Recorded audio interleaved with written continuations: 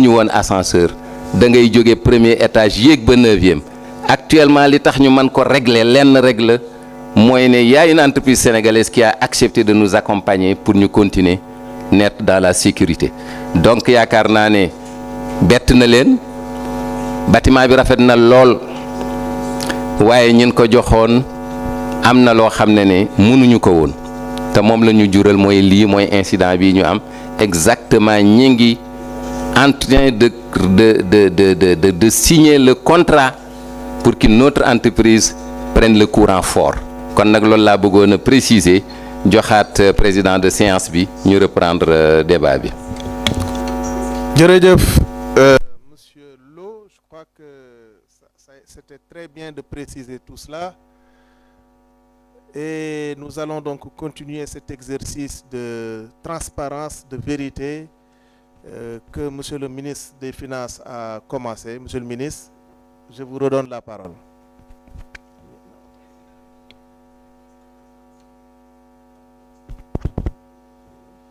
C'est bon?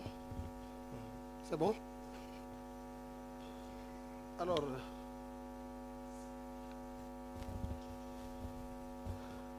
la coupure est arrivée juste au point médian de ma communication, puisque je venais de terminer la première phase de cette concernée les maintenant m'inscrire dans les perspectives qui devraient nous amener à corriger donc cette situation difficile à laquelle nous sommes confrontés. Et je disais, chers représentants des médias, mesdames, messieurs, mes chers compatriotes, que face à ces défis majeurs, nous n'avons qu'une seule voie, et c'est d'agir vite avec responsabilité et méthode. Je m'approprie sans réserve les constats faits et les recommandations formulées par la Cour des comptes. C'est pourquoi, face aux défis relevés, le gouvernement a déjà engagé une réforme en profondeur de la gestion budgétaire et de la dette publique avec un objectif très clair: assurer la viabilité des finances publiques tout en préservant notre souveraineté économique. Ces réformes s'articulent autour de 3 axes majeurs. Premièrement, le renforcement du contrôle budgétaire et de la gestion des investissements publics. Deuxièmement, la modernisation et la digitalisation de la gestion des finances publiques. Et troisièmement, les réformes structurelles visant à une réorganisation des services impliqués dans la gestion de la dette. Ces réformes structurelles seront traduites comme suit et mises en œuvre de manière séquencée. Premièrement, il faudra améliorer la qualité comptable et de l'information financière à travers la mise en place d'un système d'information intégré de gestion des finances publiques, garantissant un meilleur contrôle des dépenses et des financements. Cette modernisation permettra d'améliorer la qualité et la fiabilité des données financières, de faciliter leur accessibilité et d'assurer la sincérité des comptes publics.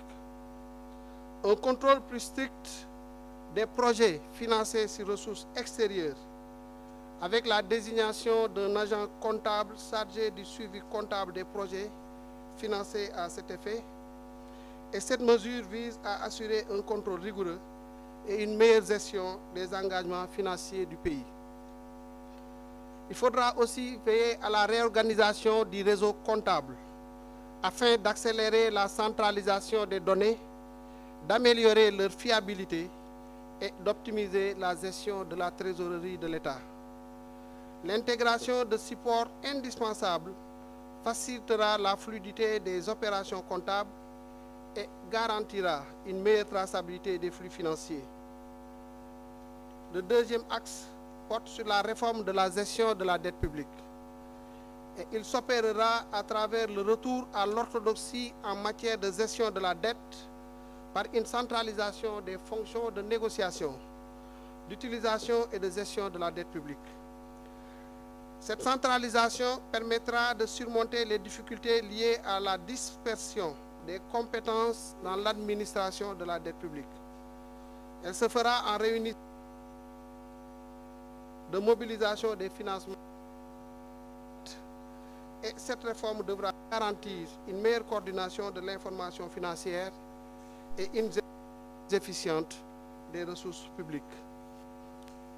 Il passera aussi par la création d'un service unique au sein de l'État, compétent pour la gestion des emprunts et des garanties associées, ce qui assurera ainsi une approche plus transparente et harmonisée de la politique d'endettement. Le troisième axe porte sur le renforcement de l'efficacité et de la transparence des finances publiques. Il s'opérera à travers le renforcement du dispositif de collecte et de fiabilisation des informations sur les finances publiques, l'instauration d'une déclaration de responsabilité personnelle de tous les agents impliqués dans la production de l'information financière. Mesdames, Messieurs, ce rapport marque un tournant décisif. Il ne s'agit pas d'un simple exercice de constatation, mais du début d'une transformation profonde et irréversible de la gouvernance financière au Sénégal. Notre responsabilité est de faire mieux pour aujourd'hui et pour les générations futures. Nous devons rétablir la confiance, renforcer la souveraineté financière et garantir une gestion publique exemplaire. Chaque franc dépensé doit désormais être justifié.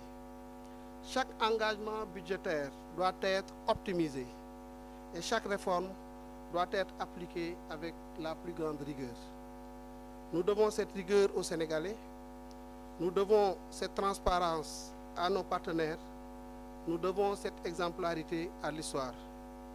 Et c'est avec détermination et responsabilité que nous relèverons ce défi. Je puis vous l'assurer. Je vous remercie.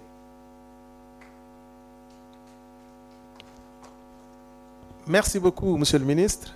Merci pour cet exposé clair, limpide et structuré. Et je m'en vais tout de suite vous dire que cet exercice de transparence ne saurait s'arrêter comme ça. C'est la raison pour laquelle nous allons donner la parole au ministre de l'économie, du plan et de la coopération. Monsieur Abdourahmane Sarr, vous avez la parole.